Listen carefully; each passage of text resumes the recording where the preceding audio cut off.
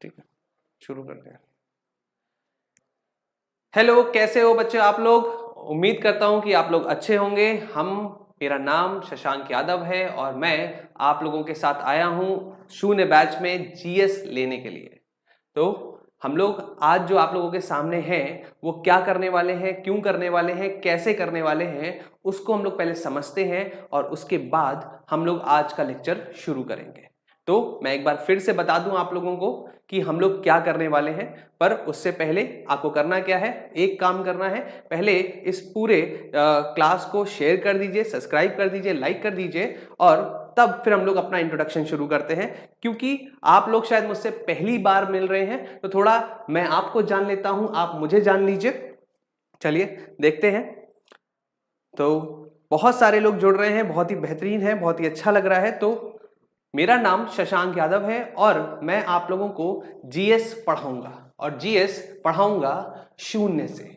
शून्य से शून्य बैच में पढ़ाऊंगा। बिल्कुल शून्य मतलब होता है कि जो इस बच्चे को कुछ भी नहीं आता, जीएस में कुछ भी नहीं आता, वो भी यहां से जब पढ़ेगा तो एग्जाम में सिलेक्ट होके दिखाएगा।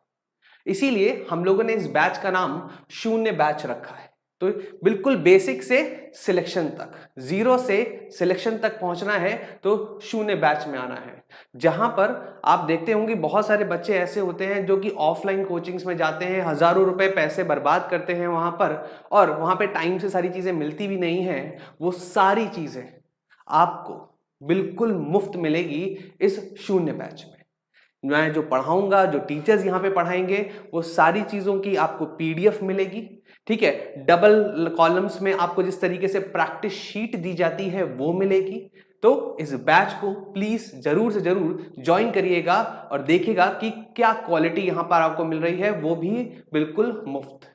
क्यों? क्योंकि आपको पता ही है कि भारतीय संविधान में आर्टिकल 21A जो है, 21 का जो है, वो शिक्षा का अधिकार बताता है और शिक्षा सबके लिए मुफ्त होनी चाहिए, पर कारणवश नहीं हो पाती। हम लोगों ने इसको एक मुहिम एक तरीके से शुरू की है जिसमें हम आपको क्या पूरा 0 रुपए में, ठीक है, 0 रुपए में जीरो से सिलेक्शन तक पहुंचाने वाले हैं।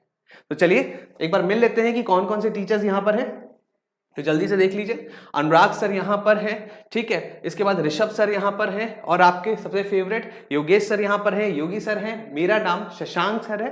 तो मैं आप लोगों को जीएस पढ़ाऊंगा। तो यहां पर आपको 4 क्लासेस मिल रही हैं। तो आपको अनुराग सर 3:30 बजे से पढ़ाते हैं, ठीक है। ऋषभ सर जो हैं वो 5 बजे इनकी क्लास लगती है, जरूर से जरूर अटेंड किया होगा, आज भी आपने अटेंड की होगी। फिर योगेश सर की क्लास 7 बजे लगती है और मेरी क्लास अंत में लगती है, अंत भला तो सब भला, 8:30 से 9:30। और अगर आप लोगों का प्यार होगा तो हम इसको और भी आगे बढ़ाएंगे। तो उम्मीद करता हूं कि आप लोग चीजें जुड़ गए होंगे मेरे साथ। तो हम लोग अपना ये जो शून्य बैच है इसकी शुरुआत करते हैं। आज के शून्य बैच में जो मैं पढ़ाने वाला हूं वो क्या, वो है आपका भारतीय संविधान। भारतीय संविधान एक बहुत ही इंपॉर्टेंट सब्जेक्ट है, क्योंकि ये केवल और केवल आपको एग्जाम में पॉइंट्स तो गिना मिलते ही मिलते हैं, पर आपके समाज में किस तरीके से चीजें चल रही हैं उसके लिए भी बहुत ही महत्वपूर्ण है। तो चलिए आप और मैं एक साथ इस सफर पर शुरू होते हैं, चलते हैं अपने शून्य बैच के साथ, बिल्कुल शून्य से सिलेक्शन तक, ठीक है। चलिए, तो जो सबसे इंपॉर्टेंट चीज आती है, जो सबसे महत्वपूर्ण चीज आती है संविधान को जब हम देखते हैं, तो ये जो संविधान है ये है क्या? ये जो किताब आप देख रहे हैं असलियत में भारत में इसका क्या महत्व है? तो क्वेश्चन बनता है, संविधान क्या है?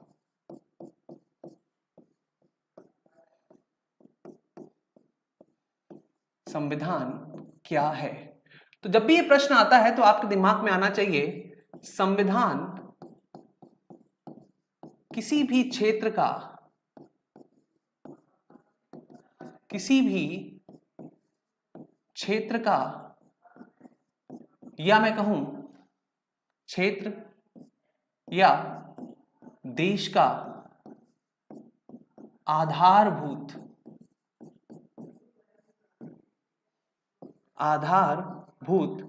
कानून है। मतलब क्या हुआ? मतलब यह हुआ कि ये आधारभूत कानून जो है इसी से पूरा देश चलता है।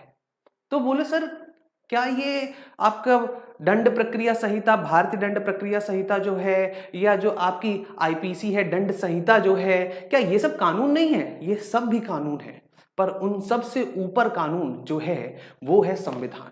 मतलब संविधान भी एक कानून है। ये सारे की अलग अलग जो किताबें मैंने अभी आपको नाम बताया वो भी कानूनों में आते हैं, परंतु वो सारे कानून एक आधार कानून से बने हैं जिसका नाम है संविधान। अगर हम लोग थोड़ा सा पीछे जाते हैं, जब राजा महाराजाओं का टाइम होता था, तब होता क्या था कि तब जो राजा महाराजा कहते थे वही कानून हो जाता था और वही आधारभूत कानून हो जाता था। जैसे आप लोगों ने एक मूवी देखी होगी बाहुबली, तो उसमें एक लाइन है, मेरा वचन ही है शासक।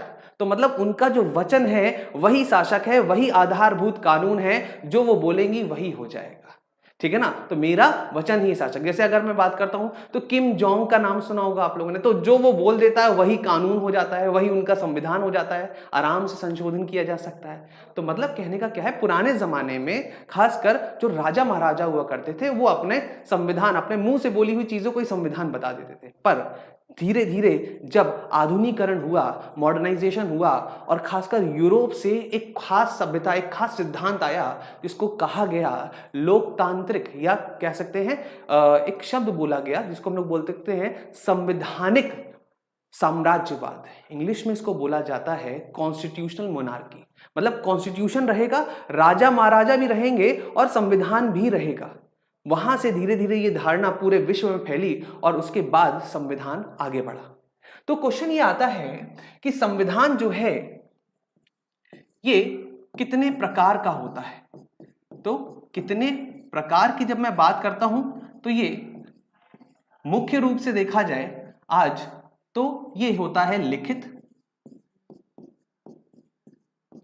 और दूसरा होता है अलिखित। लिखित या अलिखित मतलब क्या हुआ? इसका मतलब होता है रिटन या फिर अनरिटन। अब बहुत ही इंपॉर्टेंट चीज जो आती है वो ये आती है कि क्या सर मौखिक नहीं होता क्या? क्या मुंह से बोला हुआ क्या वो कानून नहीं होता? यहां पे बहुत ही इंपॉर्टेंट है।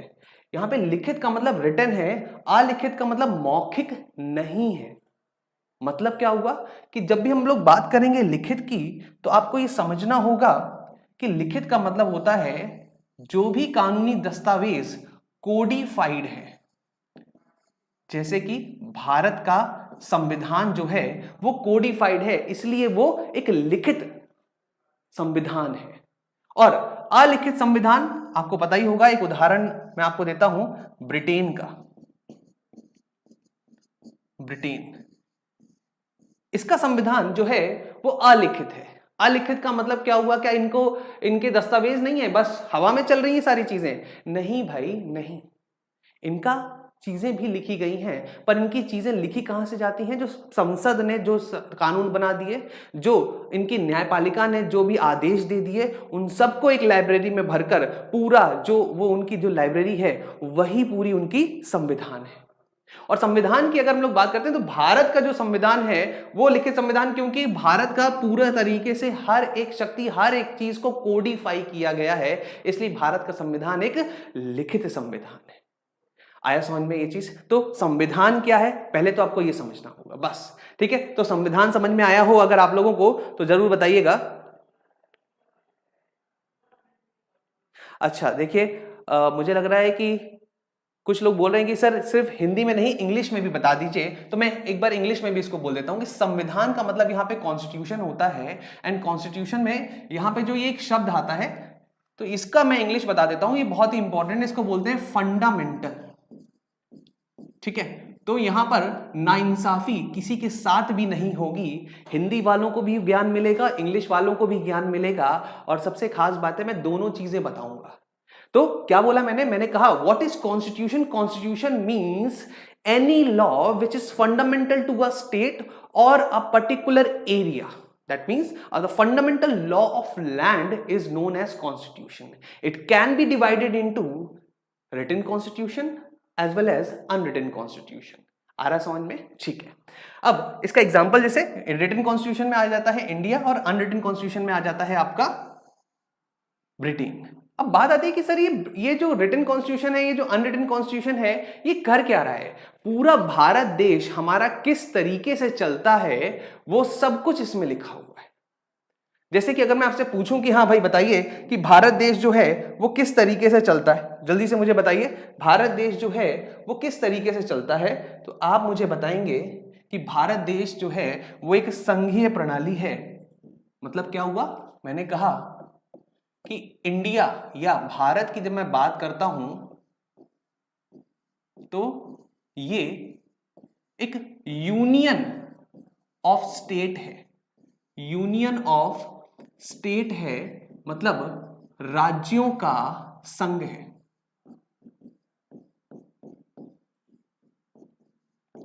और ये कहां लिखा हुआ है?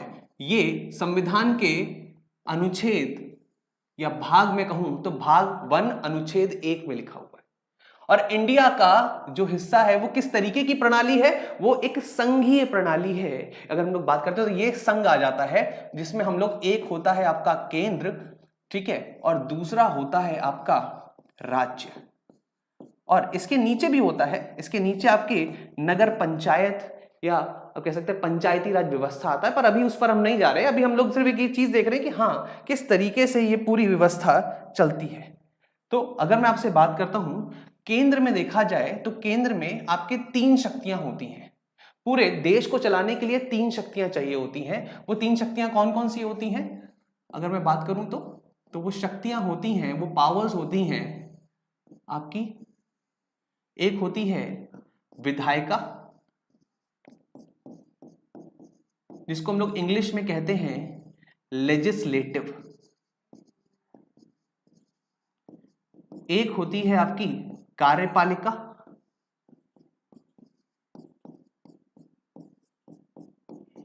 जिसको हम लोग कहते हैं एग्जीक्यूटिव, और सबसे खास जो इन दोनों पर निगरानी रखती है वो होती है न्यायपालिका, जिसको हम लोग जुडिशरी कहते हैं इंग्लिश में। तो बच्चों बिल्कुल परेशान मत हो कि मैं हिंदी में लिख रहा हूं कि इंग्लिश में लिख रहा हूं, दोनों में लिखूंगा, परेशान बिल्कुल मत होना, ठीक है। तो यहां पर इन तीनों व्यवस्थाओं को चलाने का जो काम है कि किसके पास कौन सी शक्ति है, कैसे वो काम करेगा, वो सारी चीजें किसमें लिखी हैं? संविधान में लिखी हैं। और संविधान में जैसे अगर बात करता हूं केंद्र की, तो केंद्र में आपको 3 शक्तियां मिलेंगी। जैसे केंद्र में अगर आपको पूछा जाए कि विधायिका क्या होती है, तो आप बोलेंगे विधायिका होती है संसद। संसद कैसे कार्य करेगी, कैसे बनेगी, उसमें कौन कौन बैठेगा, वो सब आपका संविधान से ही उसको शक्ति प्राप्त होती है। तो विधायिका के रूप में क्या आ जाती है? केंद्र में संसद आ जाती है। कार्यपालिका के रूप में अगर आपसे पूछा जाए तो आप बोलेंगे कार्यपालिका का जो एक हिस्सा आता है वो आता है राष्ट्रपति। राष्ट्रपति आता है, जो मंत्रीगण होते हैं वो आते हैं, इसके साथ साथ जो आपके सचिव होते हैं वो सारे के सारे, सेक्रेटरी जिसको इंग्लिश में कहा जाता है, राष्ट्रपति को प्रेसिडेंट इंग्लिश में कहते हैं, ये सब होते हैं आपके एग्जीक्यूटिव। ई लिख दिया मतलब एग्जीक्यूटिव समझ लेना। और इसके बाद आपका सुप्रीम कोर्ट जो आता है ये भी आपका न्यायपालिका में आ जाता है। और इसकी भी शक्तियां किसमें लिखी गई हैं? इसकी भी शक्तियां आपके संविधान में लिखी गई हैं। याद रखिएगा आर्टिकल 124 से 147 तक लिखी गई हैं, ठीक है, आ रहा है समझ में। और इसके बाद अगर देखा जाए तो राज्य आ जाता है। राज्य में भी यही 3 विभाजन होते हैं शक्तियों के। तो सबसे पहले आपका गवर्नर होता है, जिसको राज्यपाल कहा जाता है। इस पे विधायिका के रूप में अगर देखा जाए तो ज्यादातर राज्य विधायिका की अगर हम लोग बात करते हैं, विधानसभा काम करती है। कौन काम करती है? राज्य विधानसभा।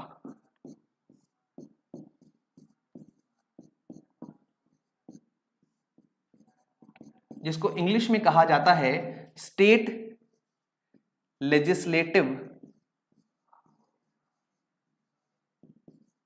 काउंसिल। आज की क्लास थोड़ी सी स्लो चलेगी, जिससे कि मैं और आप दोनों एक दूसरे की फ्रीक्वेंसी को पहचान लें और उसके बाद सारी चीजों को मैं तेजी से लेके चलूंगा, ठीक है। तो जरा देखें, ठीक है, कुंदन जी कह रहे हैं 100 में से कोई एक है कोई इंग्लिश का, तो क्या उसके लिए देखें? देखो बेटा, सारे लोगों को शिक्षा का अधिकार है, तो मैं कोशिश ये करूंगा कि जहां पर अंग्रेजी की जरूरत नहीं है तो वहां पे हिंदी ही लिखूंगा, और जहां पे थोड़ी बहुत जरूरत पड़ेगी तो लिख दूंगा, तो पूरा नहीं लिखूंगा। ठीक है, चलिए इसके बाद अगर देखा जाए तो राज्यपाल हो जाता है आपका कौन सा? कार्यपालिका का एक अंग, विधायिका का एक अंग हो जाता है आपका राज्य विधानसभा, और यहां पर आपको उच्च न्यायालय जो है, उच्च न्यायालय जो है वो आपका न्यायपालिका के अंग हो जाते हैं। इसके बाद तीसरा हिस्सा भी आता है, तीसरा हिस्सा अगर आप चाहें तो लिख सकते हैं, क्या लिखेंगे? पंचायत। ठीक है, पंचायती राज व्यवस्था जो है वो इसका तीसरा हिस्सा होती है। और इन सारी चीजों में जो शक्तियां हैं, इसको कौन कैसे इस्तेमाल करेगा, कब कौन इस्तेमाल कर सकता है, कैसे इस्तेमाल कर सकता है, कितना इस्तेमाल कर सकता है, वो सब एक संविधान में लिखा है, किताब में लिखा है, उसको हमने संविधान कहा है। ठीक है, तो यही चीज मैं आपको बताने की कोशिश कर रहा था, तो आपको समझ में आया होगा। और वो जो किताब है वो है यही, कौन सी? भारत का संविधान। अब क्वेश्चन ये बनता है कि सर ये जो भारत का संविधान है ये दिखता कैसा है? तो ये बाहर की तो फोटो आपको दिख गई होगी, पर इसमें और क्या क्या चीजें हैं जो हमें पता होनी चाहिए हमारे एग्जाम पॉइंट ऑफ व्यू से। ठीक है, तो सबसे पहले तो ये पता होना चाहिए कि इसको समय कितना लगा है। ठीक है, मतलब क्या हुआ, ये कैसे बना है? तो आज जो हम लोग बात करने वाले हैं वो दो चीजों की बात करने वाले हैं। जो एक आपके एग्जामिनेशन में आने वाले जो सवाल हैं, जैसे कि एक सवाल आता है आपके एग्जामिने में कि कितना समय लगा संविधान को बनने में, संविधान जो है वो कितनी भाषाओं में लिखा गया था, ठीक है, किसने हस्ताक्षर किए थे, इस तरीके के सवाल आपके आते हैं जो फैक्ट बेस्ड हैं। और उसके बाद हम लोग शुरू करेंगे आज की जो सबसे महत्वपूर्ण जो टॉपिक लगा था वो था पृष्ठभूमि। संविधान एकाएक नहीं बना, बी.आर. अंबेडकर के सपने में भोले शंकर आके उन्होंने ये नहीं बोला कि कल आप जाओ बेटा बना देना जाके संविधान, और उन्होंने बना दिया। उन्होंने बहुत सारी चीजों को आधार लिया है। ठीक है, और उसमें जो सबसे खास चीज है वो ये है कि जब British East India company Bharat आई तो उसने कैसे अपनी कंपनी को चलाया, उससे हमने बहुत सारी चीजों को सीखा। और भारत में जिस तरीके से ब्रिटिश ईस्ट इंडिया कंपनी ने शासन चलाया उसी को धीरे से हमने ट्रांसफर किया अपने स्वशासन में, और इस तरीके से स्वतंत्र भारत का संविधान बनकर तैयार हुआ। तो चलिए उस यात्रा पे चलते हैं। तो पहले उस यात्रा पे चलने से पहले कुछ फैक्ट्स जो हैं जो आपको पता ही होने चाहिए उसको देखते हैं। तो सबसे पहला क्वेश्चन आता है कि ये जो आपको पेंटिंग दिख रही है सामने, ये जो श्री राम जी आपको दिख रहे होंगे, लक्ष्मण जी दिख रहे होंगे, ठीक है, तो ये जो पेंटिंग आप देख रहे हैं ये संविधान के हर एक पन्ने में अलग अलग तरीके की पेंटिंग बनी हुई है। तो उसको डेकोरेट किसने किया है, ठीक है, किसके द्वारा सजाया गया है, ये क्वेश्चन बहुत आता है। तो याद रखिएगा ये बहुत ही इंपॉर्टेंट क्वेश्चन है, बहुत ही इंपॉर्टेंट है। आप लोगों को पता हो तो बताइएगा। पश्चिम बंगाल की अगर हम लोग बात करते हैं तो पश्चिम बंगाल में एक संस्था है जिसका नाम है शांति निकेतन। क्या नाम है? शांति निकेतन। और ये शांति निकेतन के जो सदस्य हैं उनमें से एक व्यक्ति है जिनका नाम है नंदलाल बोस। उनके द्वारा और उनकी टीम के द्वारा ये पूरा का पूरा डेकोरेट किया गया है। हर एक पन्ने पे आपको बहुत सारी चीजें, ऐतिहासिक चीजें मिलेंगी, कहीं पे श्री राम जी की फोटो मिलेगी, कहीं पे आपको हड़प्पा सभ्यता की कुछ फोटो मिलेंगी, डिजाइनें मिलेंगी। वो सब किसके द्वारा किया गया है? नंदलाल बोस के द्वारा किया गया है। इसके बाद दूसरा जो सवाल आता है कि बताइए कि विश्व का सबसे लंबा लिखित संविधान अगर पूछा जाए, सबसे लंबा संविधान अगर पूछ रहे हैं तो सबसे लंबा हमेशा याद रखिएगा लिखित संविधान की जब बात होती है तो वो आंसर आता है आपका भारतीय संविधान। तो लिखित संविधान में किसका संविधान आता है? आपको याद रखना है, आपको अपने भारतीय संविधान पर गर्व करना है, ठीक है, कि वो सबसे लंबा लिखित संविधान बनाया गया। ठीक, आया समझ में? कोई डाउट? ये सारे क्वेश्चन आपके डायरेक्ट पेपर में आते हैं तो ये हम लोगों को समझना है। इसके बाद अगर हम लोग बात करते हैं तो क्वेश्चन आता है आपका कि समय कितना लगा। समय कितना लगा, तो ये बहुत ही महत्वपूर्ण क्वेश्चन है कि समय कितना लगा। तो याद रखिएगा ये प्रारूप समिति के द्वारा बनाया गया था। ये प्रारूप समिति क्या है? बी आर अंबेडकर इसके अध्यक्ष थे, इसको हम समझेंगे। पर अभी के लिए अगर पूछा जाए कितना समय लगा है तो ये समय है 2 साल। कितना? 2 साल 18 महीने अरे सॉरी 11 महीने 18 दिन। ठीक है, तो बहुत इंपॉर्टेंट है, 2 साल 11 महीने 18 दिन का समय लगा और फाइनली हमारा जाकर संविधान तैयार हुआ। कब तैयार हुआ हमारा संविधान जाकर? तो संविधान की जो तैयारी है वो कब होती है? तो 26 नवंबर 1949 को लगभग 11, ठीक है, 11 अधिवेशनों के बाद, 11 अधिवेशन के बाद हमारा संविधान बनकर तैयार हुआ। ये बहुत ही इंपॉर्टेंट चीजें बता रहा हूं, डायरेक्ट सवाल आते हैं पेपर में। ठीक है, तो जरूर देखिएगा इसको। क्या बोला मैंने कि 2 साल 11 महीने और 18 दिन लगे और 26 नवंबर 1949 को 11 अधिवेशनों के बाद संविधान बनकर तैयार हुआ, पर इसको लागू नहीं किया गया।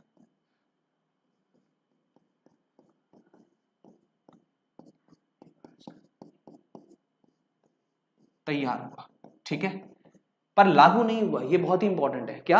अभी केवल बनकर तैयार हुआ है, लागू नहीं हुआ है। ठीक है, इसके बाद अगर हम लोग बात करते हैं पहला मसौदा में जो संशोधन हुए थे, अगर आपसे बात की जाए जब ये बनकर तैयार हुआ, तो बनकर तैयार होने के बाद जब इसका पहला मसौदा बनकर तैयार हुआ तो लोगों के सामने इसको पेश किया गया और लोगों के सामने पेश करने के बाद लोगों से सुझाव मांगे गए कि भैया बताइए और क्या क्या संशोधन कर सकते हैं। तो याद रखिएगा 2000 से भी ज्यादा, ठीक है, 2000 से भी ज्यादा संशोधन की मांग आई। ठीक है, क्या? 2000 से भी ज्यादा, टोटल अगर हम लोग बात करूं ना तो 7000 से ज्यादा संशोधन की मांग आई थी, पर 2000 संशोधन किए गए। कितने किए गए? 2000 संशोधन किए गए। याद रखिएगा, तो मैं इसको लिख सकता हूं कि कितने संशोधन? 2000 संशोधन लगभग किए गए इसमें। ठीक है, इसके बाद दूसरा क्वेश्चन आता है, भारतीय संविधान के जो पिता हैं, जिन्होंने ये पूरा संविधान जो मसौदा है उसको तैयार किया, वो कौन है? तो मुझे लगता है कि इस सवाल का जवाब मैं नहीं, आप आराम से दे सकते हैं। आंसर है B.R. अंबेडकर, भीमराव अंबेडकर। ठीक है, तो B.R. अंबेडकर जी जो हैं वो हैं इसके पिता। और B.R. अंबेडकर जी ने, याद रखिएगा, इस संविधान के आर्टिकल 32 को, ठीक है, heart and soul of the constitution भी कहा था। Heart and soul of the constitution. ये बहुत ही इंपॉर्टेंट सवाल आपके बनते हैं जो मुझे पढ़ाने हैं। पर ये क्या है, अभी मैं सिर्फ आपको संविधान के बारे में बता रहा हूं कि संविधान असलियत में उस समय जब ये बना है तो क्या क्या चीजें इसकी खास हुई। ठीक है, तो फिर उसके बाद आता है इसकी मूल प्रति जो है वो कहां संग्रहित है। ये भी एक सवाल आपके पेपर में बनता है, तो याद रखिएगा ये कहां पे संसद, ये दिल्ली में संग्रहित है और ये हीलियम के केस में रखी गई है। किस में रखी गई है? हीलियम गैस के एक चैम्बर में रखी गई है, जिसमें 3 दरवाजे हैं। और सबसे खास बात क्या है कि इसमें अगर हम लोग बात करते हैं तो ये लगभग 16 इंच लंबी है ये जो किताब है। और कितनी भाषाओं में लिखी गई थी? तो अगर आपसे कोई पूछे कि भाषा, तो याद रखिएगा इसमें जो भाषा आती है वो 2 भाषाएं हैं। एक हिंदी में लिखा गया था और एक अंग्रेजी में लिखा गया था। अंग्रेजी के अगर शब्दों की बात करें तो ये लगभग 1,46,000 से ज्यादा शब्द इसमें आपको मिलते हैं। और दूसरी जो चीज है कि इसको हाथों से लिखा गया था। और ये बहुत ही खास सवाल आपके पेपरों में आया हुआ है कि कौन से वो व्यक्ति थे जिन्होंने इसको अपने हाथों से लिखा था। तो बहुत ही इंपॉर्टेंट है, कौन है वो व्यक्ति जिन्होंने इसको अपने हाथों से लिखा है। तो याद रखिएगा, मैं यहां पे लिख देता हूं, तो यहां पे लिख देता हूं, ठीक है। तो व्यक्ति जिन्होंने इसको लिखा था उनका नाम था प्रेम बिहारी नारायण रायजादा।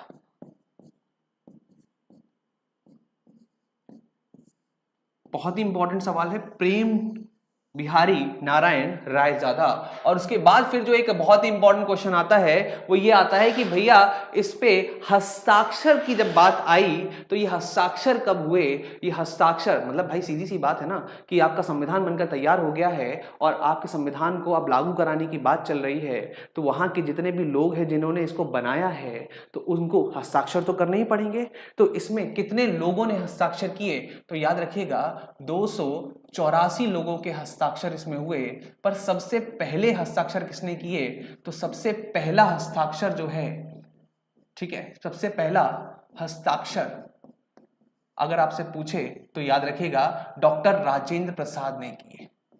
डॉक्टर राजेंद्र प्रसाद जी, ठीक है, डॉक्टर राजेंद्र प्रसाद, ठीक है। और सबसे आखिरी में किसने किए, सबसे अंत में, तो याद रखिएगा वो कौन थे, वो थे आपके फिरोज गांधी। फिरोज गांधी। अब ये मत समझिएगा कि मैंने फिरोज गांधी की स्पेलिंग गलत लिखी है। फिरोज गांधी जी में ZE से ही आपकी स्पेलिंग आती है, फिरोज में ZE लग जाता है, फिरोज गांधी। उम्मीद है कि आप लोगों को समझ में आ रहा होगा, ठीक है। हाँ, PDF आप लोगों को इसकी मिलेगी और जो मैं नोट्स लिख रहा हूं वो लिखित वाली आपको PDF मिलेगी, तो परेशान होने की बिल्कुल भी जरूरत नहीं है। और इसके साथ साथ पूरे हफ्ते जब मैं जो चीजें पढ़ाऊंगा उसको मैं आपको बता दूं कि मैं क्या करने वाला हूं। थोड़ा सा बच्चे हैं तो मैं जब पूरे हफ्ते जो आपको पढ़ाऊंगा मंडे ट्यूसडे से लेकर शनिवार तक जितना भी शनिवार तक जितना भी पढ़ाऊंगा उसका फिर मैं काम को MCQ भी करवाऊंगा। मतलब आपके जो MCQs होते हैं उसमें बहुत दिक्कत होती है बच्चों को कि अरे सर MCQ कैसे सॉल्व करना, तो वो भी समझाऊंगा कि कैसे MCQ सॉल्व करने हैं।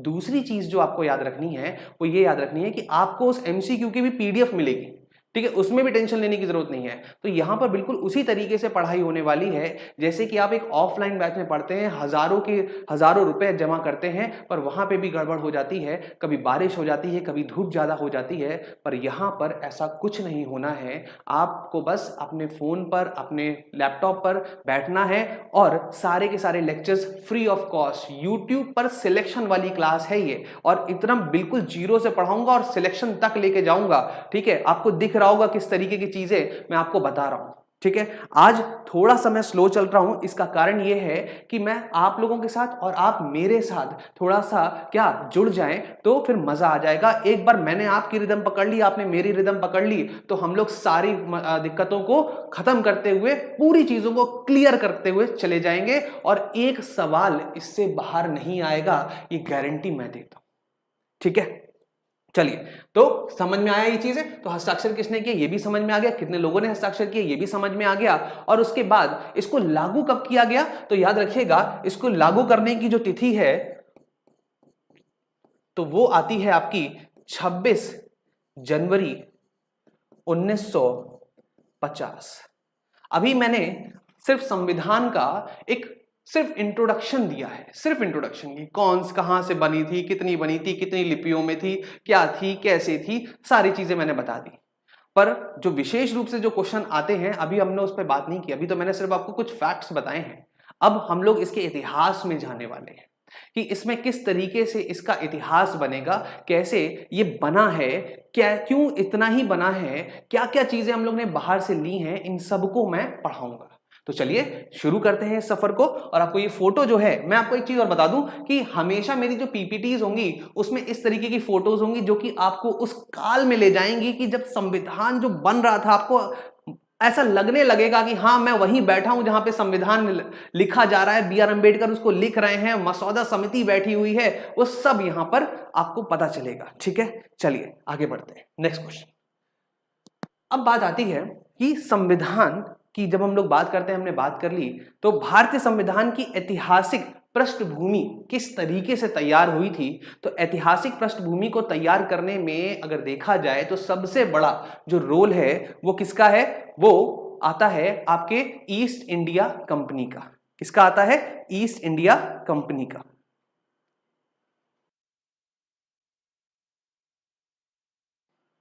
ठीक है। तो ईस्ट इंडिया कंपनी का आता है। तो ईस्ट इंडिया की कंपनी ने किस तरीके से काम किया है उसको अब हम लोग देखते हैं। तो ध्यान समझिएगा, इसकी पृष्ठभूमि जो है वो शुरुआत होती है कब से? 1600 से। 1600 में जो क्वीन एलिजाबेथ थी, याद रखिएगा, क्वीन एलिजाबेथ जो थी, उनके द्वारा ईस्ट इंडिया कंपनी को, इसको ईस्ट इंडिया कंपनी को एक खास रॉयल चार्टर दिया गया। ये जो रॉयल चार्टर है, ये मैं आपको बता दूं क्या है। ये एक खास तरीके का फरमान है, क्योंकि वहां पर साम्राज्यवाद चलता था। ठीक है, एक फरमान है ये। ठीक है, जैसे मुगलों के टाइम पर फरमान चले करते थे, तो ईस्ट इंडिया कंपनी जब वहां पे ब्रिटेन में अगर देखा जाए तो क्वीन एलिजाबेथ जो थी, उनके टाइम पर क्या हो रहा था? उनके टाइम पर आपका चार्टर चला करते थे। ठीक है, और इस चार्टर ने ईस्ट इंडिया कंपनी को क्या दी? शक्ति प्रदान की। किस चीज की शक्ति प्रदान की? याद रखिएगा, एक बहुत ही खास शक्ति। क्या? ध्यान समझिए, एक सेकेंड।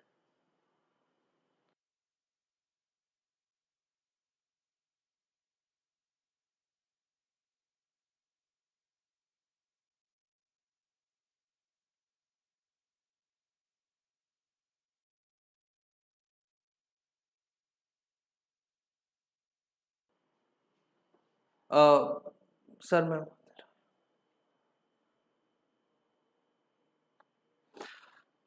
एमपीजे, एमपीजे आप बिल्कुल इस बात बिल्कुल निराश मत होइए। देखिए होता क्या है, भगवान जो भी करता है वो अच्छे के लिए करता है। इस बात को अगर आप माइंडसेट बना लेंगे ना, तो क्या है कि भगवान का जो घर है वहां पे कभी भी, याद रखिएगा, अंधेर नहीं है। आपने मेहनत की है, ठीक है, आपने जिस लक्ष्य पे मेहनत की वो भले ही आपको अभी नहीं मिल पाया है, पर मैं आपको उम्मीद करता हूं कि अगर आपकी मेहनत सच्ची है, आपकी लगन सच्ची है और आपने, ठीक है, सच्चे मन से सारे काम किए हैं, तो भविष्य में आपका कहीं ना कहीं सिलेक्शन जरूर होगा। जो लक्ष्य आपने साधा था शायद कुछ समय के लिए आपसे दूर चला जाए, पर निरंतर जो कोशिश करते हैं, निरंतर जो मेहनत करते हैं, उनका लक्ष्य भले ही दूर हो सकता है पर कभी खत्म नहीं हो सकता। उनको वो लक्ष्य प्राप्ति होके रहेगी अगर उनका मन सच्चा है, अगर उन्होंने डिवोटेड होकर पढ़ाई की है। ठीक है, तो याद रखिएगा, बिल्कुल निराश होने की बात नहीं है। एक नहीं, दो नहीं, तीन नहीं, चार नहीं, कितने भी अटेम्प्ट लग जाए यार, कोई दिक्कत नहीं होती है। अपनी लाइफ में याद रखिएगा, बहुत ही इंपॉर्टेंट क्या है, जो लक्ष्य हमने किया उसके लिए सच्ची मेहनत कर रहे हैं, बस यही चीज इंपॉर्टेंट है। ठीक है, बस अगर आपने ये कर लिया तो ये भी हो जाएगा। देखिए अभी हम बताएंगे आपको कि भारतीय देश के जो वासी थे उन्होंने कितनी स्ट्रगल किया, कितना ज्यादा परिश्रम किया, उसके बाद जाकर उनको आजादी मिली है। तो अभी तो आपको थोड़ा ही टाइम हुआ है, ये नहीं तो कोई और नौकरी जरूर मिलेगी, निराश मत होइए। ठीक है, तो मैंने आपको बताया क्या, 1600 में क्वीन एलिजाबेथ जो है उन्होंने ईस्ट इंडिया कंपनी को एक खास रॉयल चार्टर दिया है, जिसमें उनको शक्ति मिलती है कि वो 15 सालों के लिए,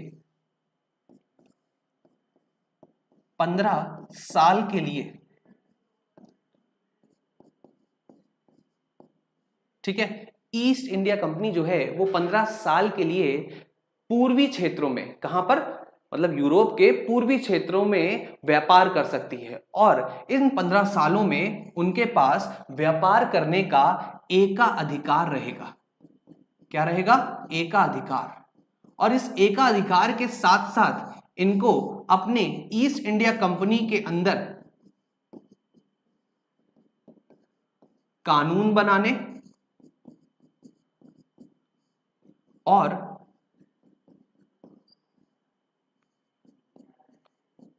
क्या करने, और पनिशमेंट देने, मतलब अपराध का दंड देने का प्रावधान भी इनको मिला। कब? 1600 में।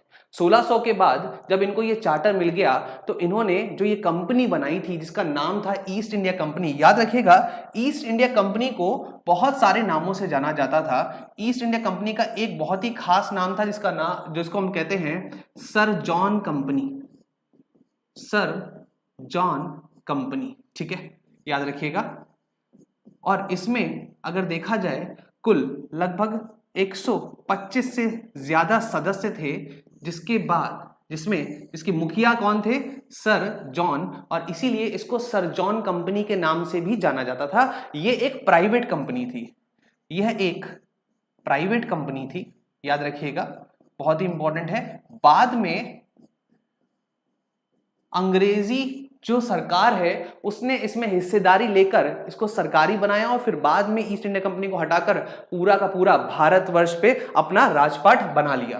तो ये किस तरीके से हुआ है उसी को हम पढ़ने जा रहे हैं। तो यहां पर होता क्या है, 1600 के बाद इनको फरमान मिल चुका है, इनके पास सारी शक्तियां हैं, जिससे कि विधायिका शक्ति, देखिए जैसे हमारे संविधान में विधायिका शक्ति है तो मतलब लेजिस्लेटिव शक्ति है, लेजिस्लेटिव मतलब नियम कानून बनाने की शक्ति है। तो नियम कानून बनाने की शक्ति देखिए सबसे पहले चार्टर अधिनियम के तहत ईस्ट इंडिया कंपनी को मिली। उस शक्ति को लेकर ये इंडिया में आते हैं और जहांगीर के शासनकाल में अपनी पहली फैक्ट्री बनाते हैं। ये सारी चीजें मैं ओरल इसलिए बता रहा हूं क्योंकि ये हिस्ट्री का हिस्सा है, तो इस पर मैं ज्यादा चीजें नहीं बोलूंगा, मैं संविधान पर ज्यादा बात करूंगा। तो ये लोग जहांगीर के समय पर आते हैं और 1613 में जाकर अपनी सूरत में एक फैक्ट्री लगाते हैं और धीरे धीरे ये फैक्ट्री सूरत के बाद बॉम्बे, बॉम्बे के बाद मद्रास, मद्रास के बाद चिंसूरा, चिंसूरा के बाद धीरे धीरे कहां, आपके कलकत्ता तक पहुंचती है। जब ये कलकत्ता में पहुंचती है तो ये लगभग जो समय है वो कौन सा है, 1700 का समय है। और 1700 के बाद एक बहुत ही खास चार्टर आता है जिसका नाम है 1726 का चार्टर। 1726 के चार्टर में ईस्ट इंडिया कंपनी जो है अब तक काफी बड़े क्षेत्र में हिस्सा ले चुकी है और इस 1726 के चार्टर में वहां पर ये कार्यपालिका की चीजों को बनाते हैं, मतलब मेयर सिस्टम को ये शुरू करते हैं भारत में, ठीक है, 1726 में। पर कर कह रहे हैं, केवल और केवल ईस्ट इंडिया कंपनी के ही क्षेत्रों में ये कर रहे हैं। और उसके बाद बहुत ही बड़ी एक ऐतिहासिक घटना होती है जो कि है प्लासी का युद्ध, 1757। 1757 की जब हम लोग बात करते हैं तो मैं आपको थोड़ी सी चीजें इसके बारे में बता देता हूं, तभी आप लोगों को समझ में आएगा। क्या बोला, एक बहुत ही महत्वपूर्ण घटना होती है जिसको हम लोगों ने कहा है प्लासी का युद्ध।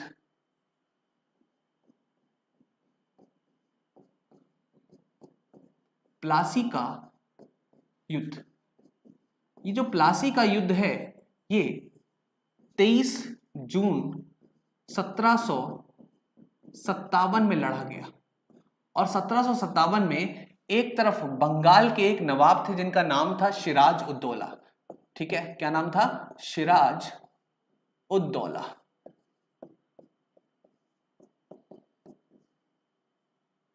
सिराज उद दौला, और दूसरी तरफ याद रखिएगा कौन था, रॉबर्ट क्लाइव। अब देखिए मैं इसकी पृष्ठभूमि थोड़ी सी आपको बता देता हूं क्योंकि समय हम लोगों को इस पे व्यर्थ नहीं करना है, हमें समय जो लगाना है वो कॉन्स्टिट्यूशन, संविधान पर लगाना है। तो होता क्या है कि प्लासी का युद्ध बहुत ही निर्णायक युद्ध है भारतीय इतिहास में, क्योंकि पश्चिम बंगाल का ये जो क्षेत्र है बहुत ही समृद्ध क्षेत्र है। सबसे ज्यादा व्यापार अगर कहीं से होता है मुगल साम्राज्य में देखा जाए उस समय तो वहां वो बंगाल से होता था। और वहां के जो नए नए नवाब थे जिनका नाम था सिराज उद दौला, वो अंग्रेजी ईस्ट इंडिया कंपनी से कहते हैं कि आप जो हमें शुल्क नहीं दे रहे थे, जो हमें आप टैक्सेस नहीं दे रहे थे, अब हमें वो टैक्सेस चाहिए। इस बात को नजरअंदाज करती है ईस्ट इंडिया कंपनी और अपने बनाए गए एक बहुत ही भव्य फोर्ट, जो कि ईस्ट इंडिया कंपनी ने एक खास तरीके का फोर्ट बनाया था जिसको किला कहा जाता है, 1700 में उन्होंने ये बनाया था, नाम था फोर्ट विलियम्स, ठीक है। तो ये याद रखिएगा, फोर्ट विलियम्स जो है वो उन्होंने बना दिया। वहां पर ये व्यापार करते थे और सिराजुद्दौला के कहने पर भी ये माने नहीं, कोई इन्होंने सीमा शुल्क, कोई भी व्यापार शुल्क नहीं दिया। और यहां पर सिराजुद्दौला बौखला कर आक्रमण कर देता है, किस पर, ईस्ट इंडिया कंपनी के फोर्ट विलियम्स पर। वहां पर कुछ अंग्रेजों को ये पकड़ लेता है और पकड़ने के बाद ये कहा जाता है, इतिहास में ये कहते हैं कि जो उसका सेनापति था उसने उस सारे के सारे अंग्रेजों को, लगभग 146 अंग्रेज थे, उनको एक काल कोठरी में डाल दिया जिसमें केवल और केवल रह सकते थे कितने लोग, केवल 7 से 8 लोग। और यही कारण बताया जाता है इस युद्ध का। अगर आपसे कोई पूछे कि कारण क्या था प्लासी के युद्ध का, तो उसको हम लोग बोलेंगे ब्लैक होल त्रासदी, मतलब ब्लैक होल ट्रेजेडी बोला जा सकता है, ब्लैक होल त्रासदी, ठीक है, याद रहेगा ये चीज। तो ब्लैक होल ट्रेजेडी इसको हम लोग बोलते हैं।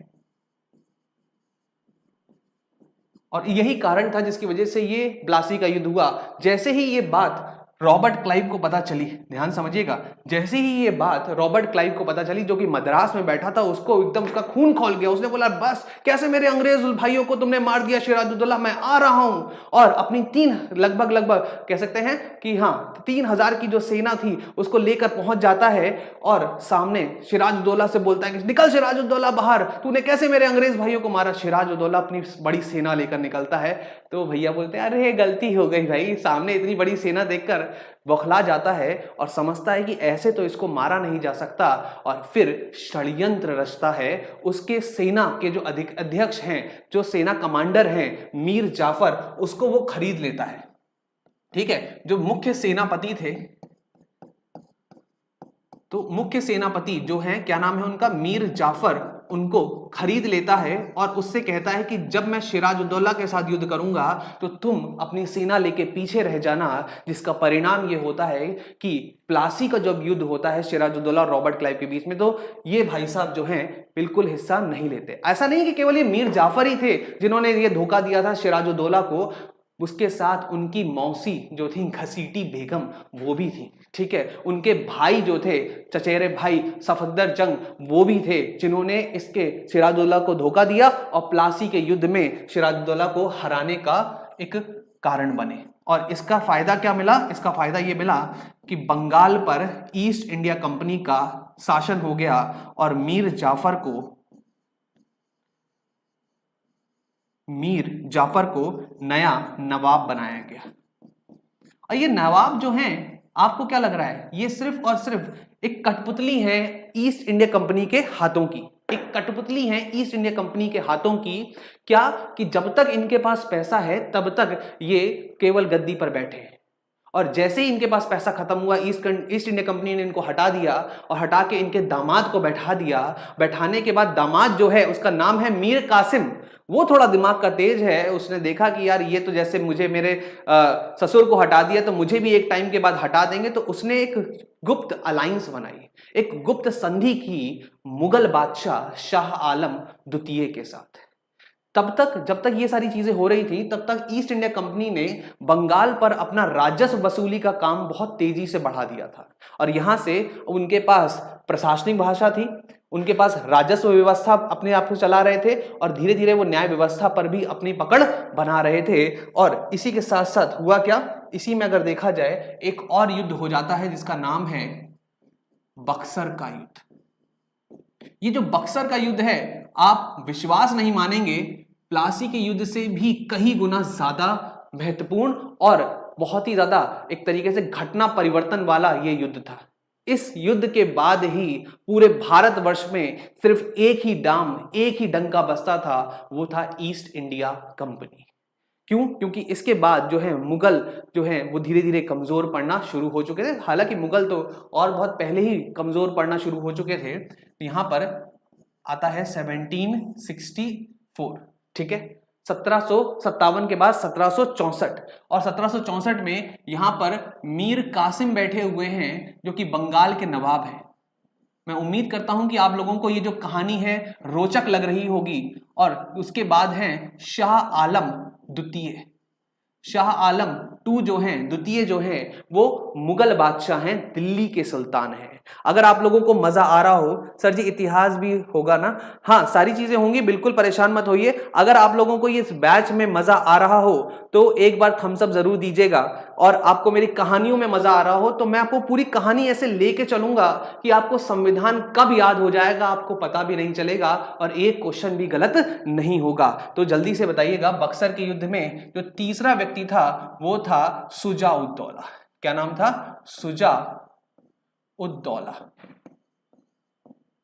और ये जो शुजा-उद-दौला है, याद रखिएगा, ये अवध का नवाब है। एक तरफ बक्सर में ये 3 महासेना एक साथ हैं, और दूसरी तरफ है कैप्टन मुनरो। नाम है कैप्टन मुनरो, और इनके साथ, ठीक है, इनके साथ एक और व्यक्ति है, हालांकि युद्ध में तो नहीं था, बाद में आया है, नाम है क्लाइव। क्लाइव मतलब रॉबर्ट क्लाइव। याद रखिएगा, क्लाइव के बारे में इतिहासकार कहते हैं कि ये स्वर्ग से उतरा हुआ सेनापति है। इतना चकड़ बुद्धि था कि इसने अपनी कूटनीति से ही इस पूरे युद्ध का परिणाम निकाल दिया था। बक्सर के युद्ध में इस तीन पक्षीय जो बड़ी सेना है, महासेना है, ये कोऑर्डिनेशन अच्छे से नहीं कर पाती है, एक दूसरे के साथ इनका विश्वास इतना अच्छा नहीं है, परिणाम स्वरूप हार जाती है। इतनी बड़ी सेना थॉमस मुनरो के सामने हार जाती है और हारने के बाद एक संधि होती है जिसको बोला जाता है इलाहाबाद की संधि।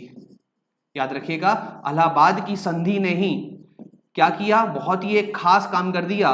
ये किया कि बंगाल,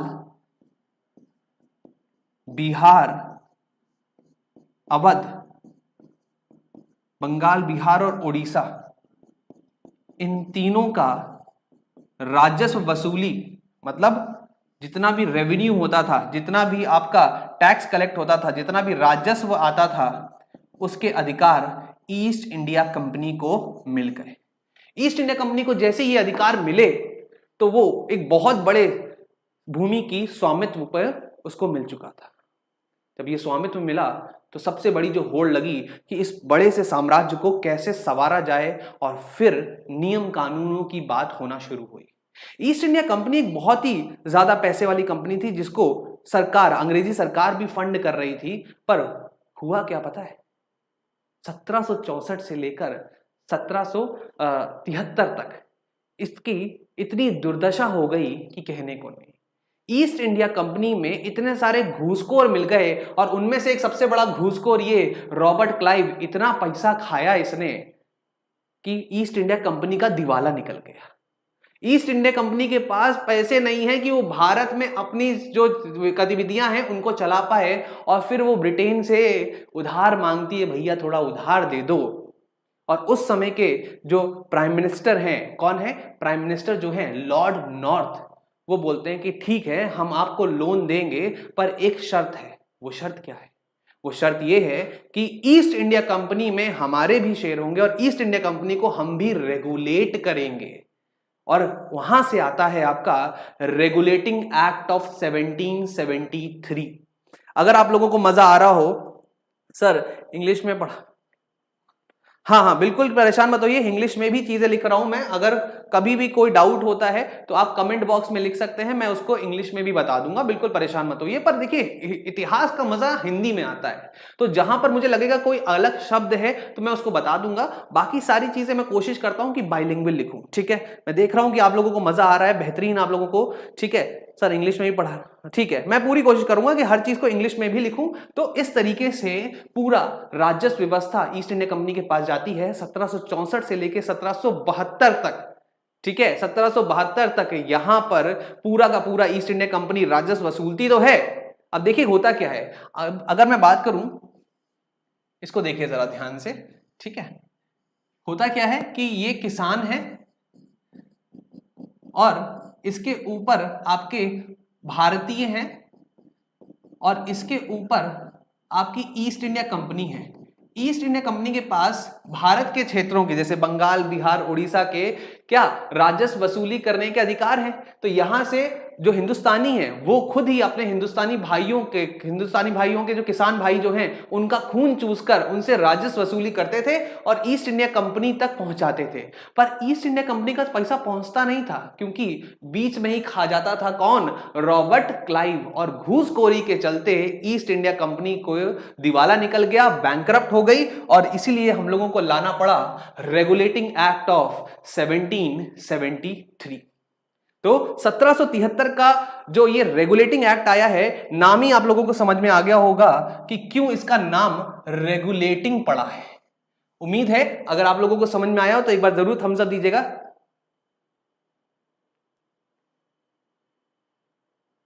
हाँ बिल्कुल कोशिश करेंगे कि जो भी टेलीग्राम पे अपलोड करेंगे उसका एमबी साइज कम ही रखेंगे, बिल्कुल परेशान मत होइए। पर अभी कोशिश करिए कि इसको आप डिटेल में पढ़ सकें।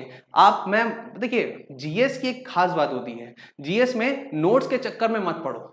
कोशिश करो कि जो टीचर से पढ़ रहे हो उसको दिमाग में तुरंत ही लाओ और उसको हर एक हफ्ते में एक बार रिवाइज कर लो। देखो होता क्या है, आपको पता ही होगा कि जब भारतीय संस्कृति की जब बात होती है तो उसमें श्रुति और स्मृति आता था, ठीक है ना। तो वहां पर अगर देखा जाए तो हम लोग ज्ञान उस समय लिखते नहीं थे। अब पुराने जमाने में क्या ऐसा होता था क्या कि जो हमारे गुरुवर बैठे हुए हैं, ठीक है, जैसे मान लेते हैं कि अर्जुन की बात कर लेते हैं, तो द्रोणाचार्य से अर्जुन क्या ऐसे बोलते थे, सर नोट्स दे देना, हम बाद में पढ़ लेंगे। अरे भैया उसी समय जो गुरुजी ने कहा उसको ध्यान से सुना, समझा और प्रैक्टिस की घर पर जाके, बस यही काम था। अगर उस समय अर्जुन कहते कि सर वो पीडीएफ दे देते, उसका साइज थोड़ा कम कर देते, अरे भैया सुनो, यहां पे भी पढ़ रहे हो पढ़ो, क्लास खत्म हो जाए कमेंट बॉक्स पे लिखो, सारी चीजें होंगी, ठीक है, हर चीज मिलेगी तुम लोगों को, टेंशन मत लो।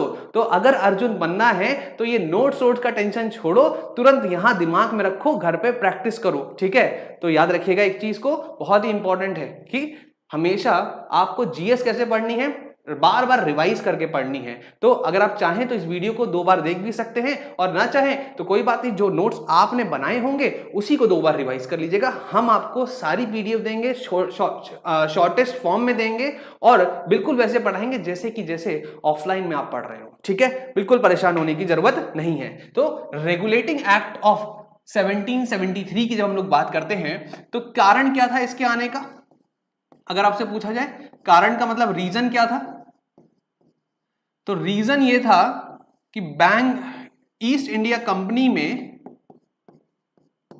करप्शन फैल गया था। ईस्ट इंडिया कंपनी में जो करप्शन है उसको कम करना था।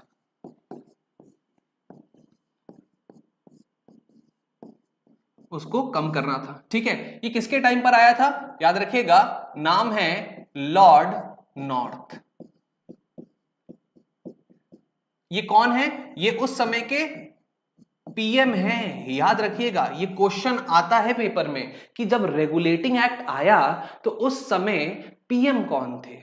यहां पे राजा रानी की बात नहीं चल रही है, रानी होंगी, ठीक है, पर यहां पे पीएम की बात चल रही है। पीएम मतलब प्रधानमंत्री की बात हो रही है, क्योंकि वहां पे संसदीय प्रणाली चलती थी। तो वहां के पीएम कौन थे, लॉर्ड नॉर्थ, ठीक है। इसके बाद अगर हम लोग बात करते हैं तो दूसरी चीज अगर हम लोग बात करते हैं तो ईस्ट इंडिया कंपनी जो है इसमें क्या करने वाली थी, ईस्ट इंडिया कंपनी का कारण हम लोगों ने लिख ही लिया है। अब इसके विशेष प्रावधान क्या थे, तो विशेष प्रावधान, विशेष पॉइंट्स क्या हैं, तो सबसे इंपॉर्टेंट पॉइंट ये था कि देखा जाए कि ये धांधली हो क्यों रही है यार, इतना ज्यादा पैसा हम कमाते थे ईस्ट इंडिया कंपनी वाले, पर इतना कुछ नहीं बचा, क्यों नहीं बचा, कैसे नहीं बचा, क्या गड़बड़ है। तो उन्होंने गड़बड़ ये देखी कि भारत के जितने भी बड़े बड़े प्रांत थे उनमें सर्वोच्चता दे दी थी। जैसे यहाँ पे कलकत्ता अलग अपना काम कर रहा था, बॉम्बे अपना अलग काम कर रहा था, मद्रास अपना अलग काम कर रहा था, और इन सब के अपने अलग अलग गवर्नर थे,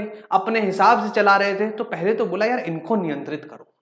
तो क्या हुआ, तो सबसे पहली चीज ये हुई कि इस नियम के हिसाब से कलकत्ता के नीचे बॉम्बे, ठीक है, बंबई या बॉम्बे आप बोल दीजिए, ठीक है, और आपका मद्रास आ गया।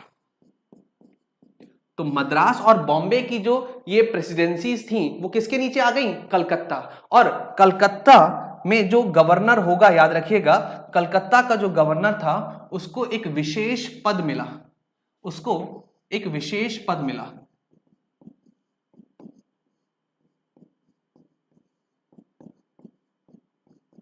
और वो पद कौन सा था, वो पद जो था वो पद था गवर्नर जनरल का।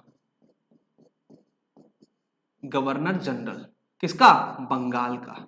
तो याद रखिएगा बंगाल का गवर्नर जनरल एक नई पोस्ट बन रही है। उस समय बंगाल का कोई गवर्नर जनरल नहीं होता था, बंगाल का अलग गवर्नर होता था, ठीक है, मद्रास का अलग गवर्नर होता था, बंबई का अलग, पर अब केवल एक ही गवर्नर जनरल होगा। वो कहां का होगा, कलकत्ता मतलब बंगाल का होगा। और वो कौन बना, ये बहुत ही इंपॉर्टेंट सवाल बनता है, वो कौन बना, वो बना आपका वॉरेन हेस्टिंग। सबसे लंबे समय तक बंगाल का गवर्नर जनरल रहने वाला, ठीक है, वॉरेन हेस्टिंग, पहला गवर्नर जनरल जो कि जिसके ऊपर महाभियोग चला, वॉरेन हेस्टिंग। पहला गवर्नर जनरल जिसने अपनी शक्तियों का दुरुपयोग किया, वॉरेन हेस्टिंग। सबसे खूंखार, सबसे ज्यादा चतुर चालाक, इतिहास में रखने वाला दिमाग कौन? Warren Hasting.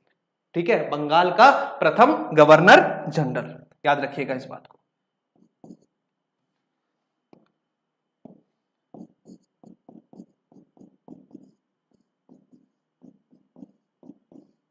प्रथम गवर्नर जनरल। अब देखिए, बार मन मैं गवर्नर जनरल नहीं लिखूंगा, मैं जीजी लिखूंगा। क्या लिखूंगा? जीजी। तो जीजी जो है ना, ये कौन है? ये है आपके वॉरेन हेस्टिंग। और ये कहां बैठेंगे? ये बैठेंगे आपके कलकत्ता में।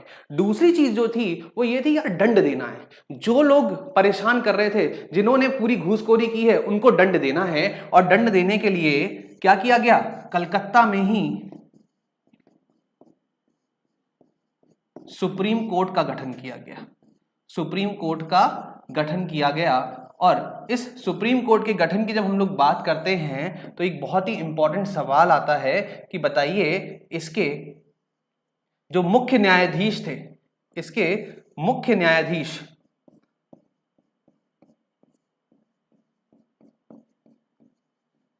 वो कौन थे? तो मुख्य न्यायाधीश याद रखेगा थे एलिजा इम्पे। ठीक है, कौन है?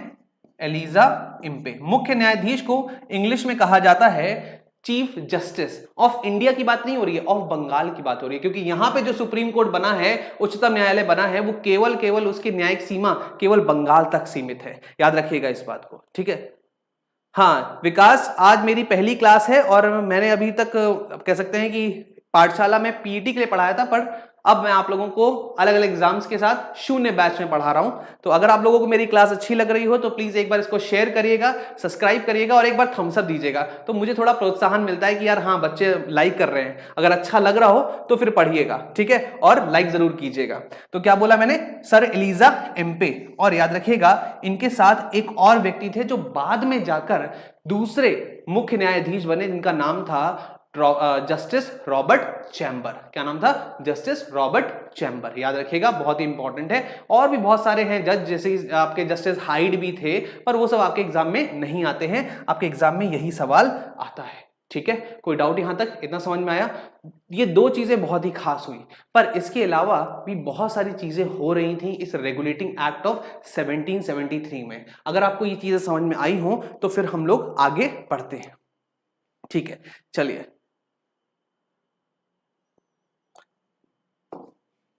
तो रेगुलेटिंग एक्ट क्योंकि बहुत ही महत्वपूर्ण एक्ट है, और इसके बाद फिर हम लोग अपनी स्पीड को पकड़ेंगे और सारे एक्ट को खत्म कर जाएंगे। ठीक है, ये बहुत इंपॉर्टेंट था, पूरा इतिहास मुझे समझाना था, इसलिए। चलिए, तो अब क्या होता है, अब अगर हम लोग बात करते हैं तो इस रेगुलेटिंग एक्ट के बाद, इस रेगुलेटिंग एक्ट में और भी चीजें हो रही हैं। क्या हो रही हैं? इस रेगुलेटिंग एक्ट में आपके बहुत ही खास चीज जो हो रही है वो ये हो रही है, सर्वेंट्स जो हैं, सर्वेंट मतलब जो भी ईस्ट इंडिया कंपनी में काम करेंगे, वो कोई और गतिविधि में नहीं जाएंगे, गतिविधियों में, ठीक है, नहीं शामिल होंगे।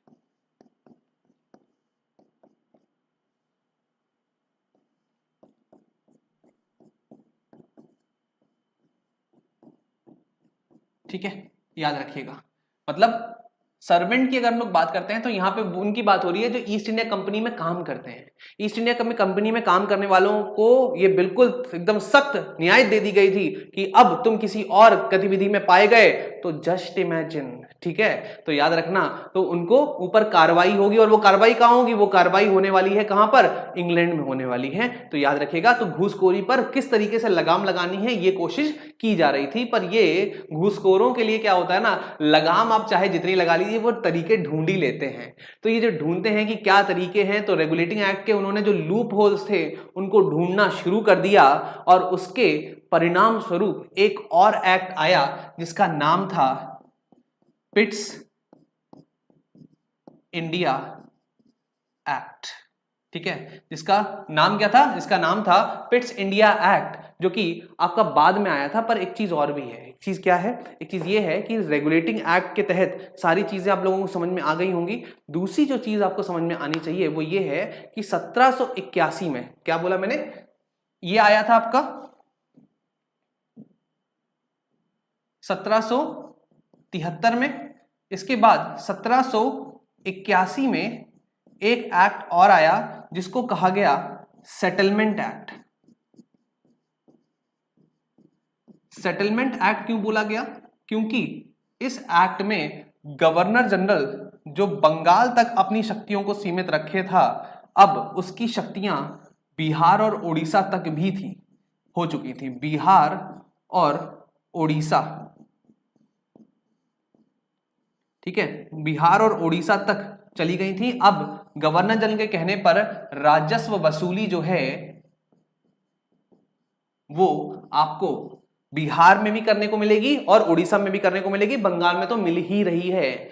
इस तरीके से रेगुलेटिंग एक्ट जो है वो आया और उसने तेजी से कोशिश की कि करप्शन को खत्म किया जाए, पर करप्शन खत्म नहीं हुआ। कैसे खत्म होगा अब जानेंगे उसको, पर नेक्स्ट क्लास में। अगर आप लोगों को मेरी क्लास में मजा आया हो, ये जो क्लास थी ये इंट्रोडक्शन क्लास थी, और इस इंट्रोडक्शन क्लास में मैं सिर्फ और सिर्फ आप लोगों से मिलना चाहता था और अपनी चीजों को बताना चाहता था कि अगर आप लोगों को मेरा पढ़ाने का ढंग समझ में आया हो, मजा आया हो, तो एक बार जरूर इसको कमेंट बॉक्स में लिखिएगा। और फिर अब मैं पूरी जो पृष्ठभूमि है, आपका पिट्स इंडिया एक्ट, 1813 का अधिनियम, 1833 का अधिनियम, उसके बाद 1858 का, 1909, 1919 मतलब 1919 का, और 1935 के अधिनियम को पूरी तरीके से खत्म करूंगा और एक भी क्वेश्चन उससे बाहर नहीं जाएगा। ये हम लोग करेंगे नेक्स्ट क्लास में, और उसके बाद तेजी से संविधान को भी खत्म करूंगा। और एक चीज गारंटी दे रहा हूं, अगर आप मेरे साथ रहते हैं तो फ्लो चार्ट इतने बनवा के दूंगा कि कहीं पर भी कुछ भी आ जाए आपका उस फ्लो चार्ट से बाहर नहीं जाएगा। एक पैसे के नोट्स बनाने की जरूरत नहीं है, सारी चीजें आपको पीडीएफ के रूप में मिलेंगी, कम एमबी में मिलेंगी, और प्रैक्टिस के लिए नोट्स भी दूंगा, पक्का दूंगा, बाइलिंगुअल दूंगा, ठीक है। तो तब तक के लिए मिलते हैं हम लोग नेक्स्ट क्लास में। जय हिंद, शुभ रात्रि।